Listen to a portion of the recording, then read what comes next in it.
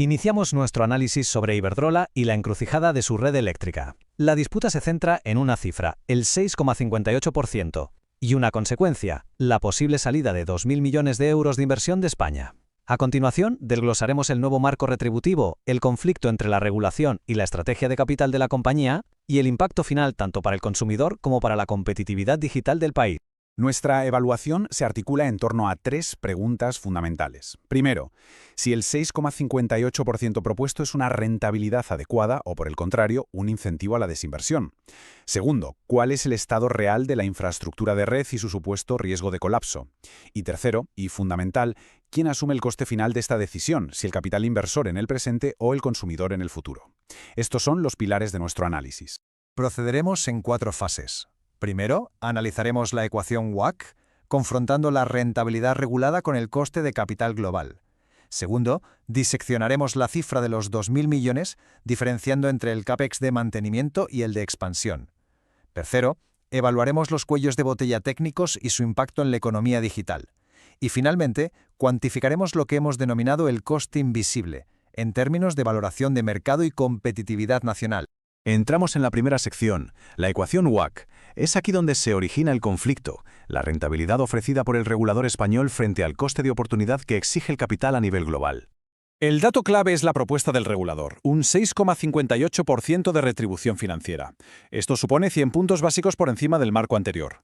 El objetivo regulatorio es doble. Por un lado, limitar los beneficios extraordinarios, los llamados windfall profits, y por otro, controlar el impacto en la factura final del consumidor. Sin embargo, nuestro análisis concluye que, si bien esta tasa cubre la operativa, resulta insuficiente para competir en el mercado global de capitales. Aquí se materializa el conflicto, el coste de oportunidad del capital. Mercados como Estados Unidos o Reino Unido ofrecen un ROE, un retorno sobre el capital, que se sitúa entre el 8,5% y el 9,5%. Por deber fiduciario, la obligación de un gestor es asignar el capital allí donde el binomio riesgo-rentabilidad es superior. La lógica financiera es, por tanto, inequívoca. Un euro invertido en la filial americana Avangrid genera un retorno 300 puntos básicos superior al de un euro en la distribuidora española. Pasamos a la segunda sección, la verdad de los 2.000 millones. Aquí es fundamental comprender la distinción entre el CAPEX discrecional y el CAPEX obligatorio. Es crucial aclarar este punto. No estamos ante un abandono de la red.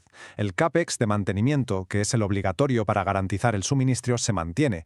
Lo que se reasigna es el CAPEX discrecional, es decir, el destinado a la modernización y a la expansión de la red. La consecuencia directa no es un colapso, sino una ralentización drástica de la modernización de la infraestructura. Estratégicamente, la operación española funciona como lo que en finanzas se conoce como una cash cow, una vaca lechera.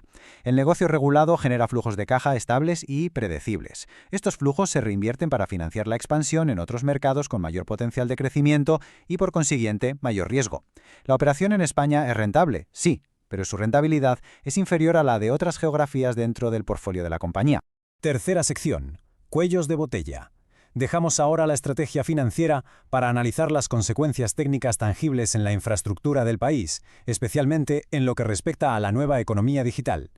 Bien, la narrativa de un colapso inminente de la red debe ser matizada. La saturación no es un problema sistémico, se concentra en nudos de conexión muy específicos. Es importante señalar que la responsabilidad de estos cuellos de botella es compartida, incluye la red de transporte y, de forma crítica, la burocracia administrativa. De hecho, los retrasos en la concesión de permisos son, en muchos casos, un freno a la inversión mayor que la propia tasa de rentabilidad. Este déficit de infraestructura se traduce en un coste económico directo. Se deniega el acceso a la red hasta en un 40% de los casos en zonas de alta demanda. Esto crea un riesgo material de fuga de inversión. Los operadores de centros de datos requieren capacidad energética garantizada para ejecutar sus planes de inversión ahora, no a futuro. La paradoja es evidente. España dispone de la capacidad de generación, pero carece de la infraestructura de distribución para capitalizar esta demanda industrial. Entramos en la sección final, el coste invisible. Aquí vamos a sintetizar los puntos anteriores para analizar el impacto a largo plazo, tanto en la valoración de mercado como en la competitividad estratégica del país. El marco regulatorio actual presenta una disyuntiva clara, un trade-off. A corto plazo, la tasa del 6,58% contiene el coste directo para el consumidor. A largo plazo, sin embargo, la infrainversión en digitalización reduce la eficiencia operativa de la red. Esto genera un coste diferido, se ahorra en la factura de hoy a costa de tener un sistema energéticamente más ineficiente y, por tanto, más caro en el futuro.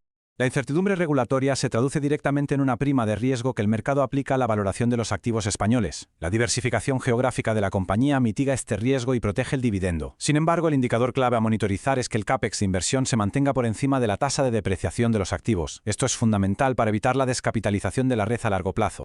La tesis central de nuestro análisis es, por tanto, un desacople de velocidades. Tenemos una capacidad de generación renovable de primer nivel, un Ferrari, circulando por una red de distribución que equivale a carreteras secundarias. La lógica es condicional y directa. Si se limita la rentabilidad hoy para contener la inflación, entonces se sacrifica la capacidad de reindustrialización digital del país para mañana. El riesgo no es un apagón físico, sino un apagón de competitividad. En conclusión, y respondiendo a las preguntas iniciales, la retribución propuesta es suficiente para la operación, pero es insuficiente para el crecimiento. El riesgo de colapso de red es bajo, el problema real es de saturación puntual y de burocracia. Y finalmente, el coste se transfiere del consumidor de hoy a la industria de mañana. Esto deja sobre la mesa dos cuestiones estratégicas para el inversor: si España podrá revertir esta situación a tiempo y si la propia realidad técnica forzará una revisión regulatoria antes de lo previsto. Estas son las variables a vigilar.